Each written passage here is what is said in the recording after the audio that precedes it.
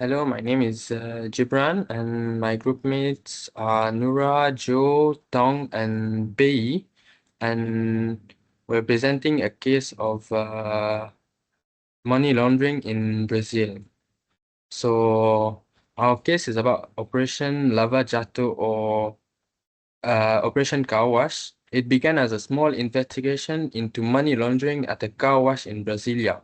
What seemed like a minor case quickly expanded into one of Brazil's largest corruption scandals in Brazil's history.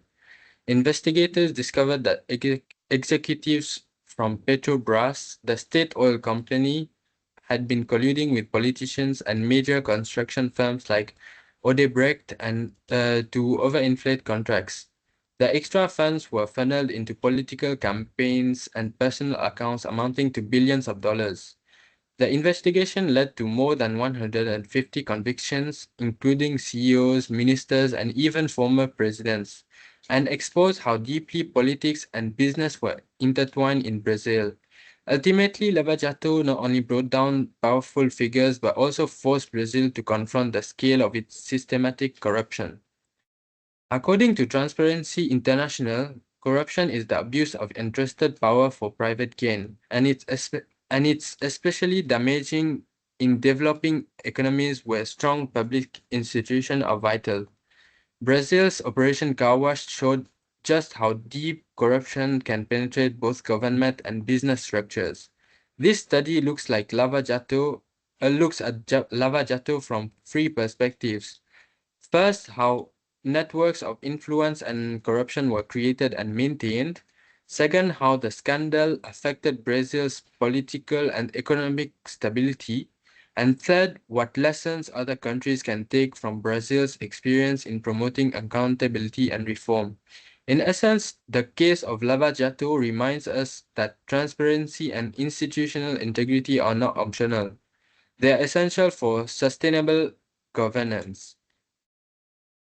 So, the background of the case between 2003 to 2004, Brazil experienced a period of strong economic growth. On the surface, things looked stable and promising. However, this economic boom was masking deeper issues, the long standing political patronage networks, and very weak institutional oversight.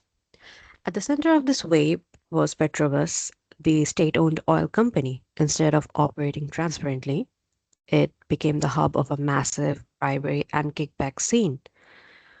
Contracts for public infrastructure projects were intentionally overpriced, and the excess money was funneled as bribes to politicians and company executives. In 2014, what began as a small money laundering investigation at a car wash, which gave the operation its name, Operation Car Wash, Lava Jato, which soon unraveled into something much bigger. Authorities discovered widespread corruption, reaching the highest levels of government and involving major construction firms. So, what was the core issue? It was systematic corruption, which didn't just involve a few bad people, it was an entire system where corruption had become normalized in both political and corporate spaces. Public funds were being misused for political campaigns and personal gain. Politicians awarded inflated contracts to firms that in return paid them bribes, basically. And all of this made possible by weak accountability or legal enforcement and a culture of impunity. Operation Car Wash didn't just expose individual crimes, it revealed a deeply flawed governance structure. It showed how political and business elites could work together to manipulate the public institutions for their own personal gain. And it became one of the largest corruption scandals in Latin American history. And it forced Brazil and much of the world to confront the real cost of systematic corruption. Now, let's talk about the reasons of why corruption happened in Operation Car Wash. First is the principal agent problem. The principal is a boss and the agent is the executor in generally. They should have the same objective and same goal. But the problem occurs when one sides have another objective different from each other. In Operation Car Wash, the principal is the private citizen and the agent is a politician because private citizen pay tax to government to let government build up the country, and they should have the same objective, which is develop the country. However, the politicians have another objective. They want the money from taxpayer go into their pocket for personal use. So the politician secure the public project to construction cartel with higher price than normal market. So the construction cartel will pay them the bribes in terms of kickback to politician. So the politician have reached two objectives, which is develop the country as same as the private citizen and a personal objective. Money go into their personal pocket, which from the bribes, the construction cartel bribes. Second reason is the collective action problem. It's a bad cycle of doing the wrong things because people realize doing the wrong things is more beneficial to get rid of them. So in this case, Operation Car Wash, the politician A secure the project to company A, and company A pay them kickbacks, which is actually the bribes. And the politician B realized politician A is doing the same thing, and he want money because it's more attractive to receive money instead of get rid of them. So politician B doing the same thing to construction company B, another construction company. And they realize each other is doing the same thing, secure the project, give them the kickbacks. So they all doing the same thing. It's a bad cycle. This is the reason why the Operation Car Wash can stay so many years. And third is state capture. State capture is a parties involved in corruption and they have their power, normally it's the authority of the government, and they distort the law and play with the power. For example, the politician of Brazil secure the project, a big project to construction cartel. They should go to open tendering. Every construction company have the chance to get the project, not secure directly.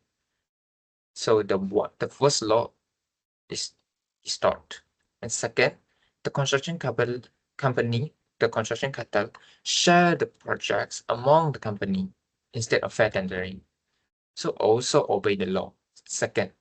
And third, the construction cartel work with a banker to create offshore shell companies to laundering the money. Third law obeyed.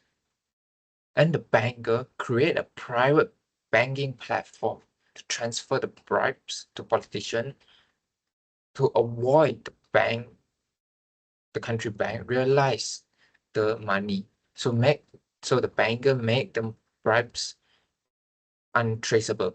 In this session, we will discuss about the offenses committed and impact on organizations as well as individuals. So let's start with the offenses committed in the Lava Jato operation. On the left, we have Petrobras executives. They inflated contract prices by up to 3% and in return accepted bribes and kickbacks for awarding those inflated contracts. On the right side, major construction firms like Odebrecht and Andre Gutierrez formed a cartel to manipulate public bidding for Petrobras projects. They overcharged Petrobras and paid bribes to both executives and politicians to secure contracts. Together, these actions revealed a massive corruption network that connected the corporate and political worlds. Now, moving on to the political side, key figures such as Lula da Silva at the right side, Eduardo Cunha at the left side, and the Workers' Party were also involved. They accepted bribes and illicit political donations, used their political influence to protect the corruption network, and misused public office for personal and political gains. This incident really exposed how deeply corruption was rooted in Brazil's political system. But beyond politics and money, the Lava Jato operation also changed how ordinary Brazilians saw corruption. The scandal sparked nationwide protest. Millions of people took to the streets demanding justice and accountability. At this point, it wasn't just about Petrobras anymore. It became a symbol of the people's frustration with decades of dishonesty and misuse of public funds. The investigation inspired a wave of civic awareness and activism, showing that corruption doesn't just happen in government offices, it affects everyone's daily life and the country's future. Finally, the economic consequences were huge. Petrobras stock value dropped by around 80 to 85% between 2014 and 2016. Investor confidence collapsed, which really hurt Brazil's economy. Construction giants like Odebrecht and Andre Gutierrez had to shut down many projects, leading to mass layoffs. And small businesses that relied on them lost major income sources. So overall, the Lava Jato operation didn't just uncover corruption, it exposed how deeply it was worn into Brazil's economy and politics, and how much it affected ordinary citizens.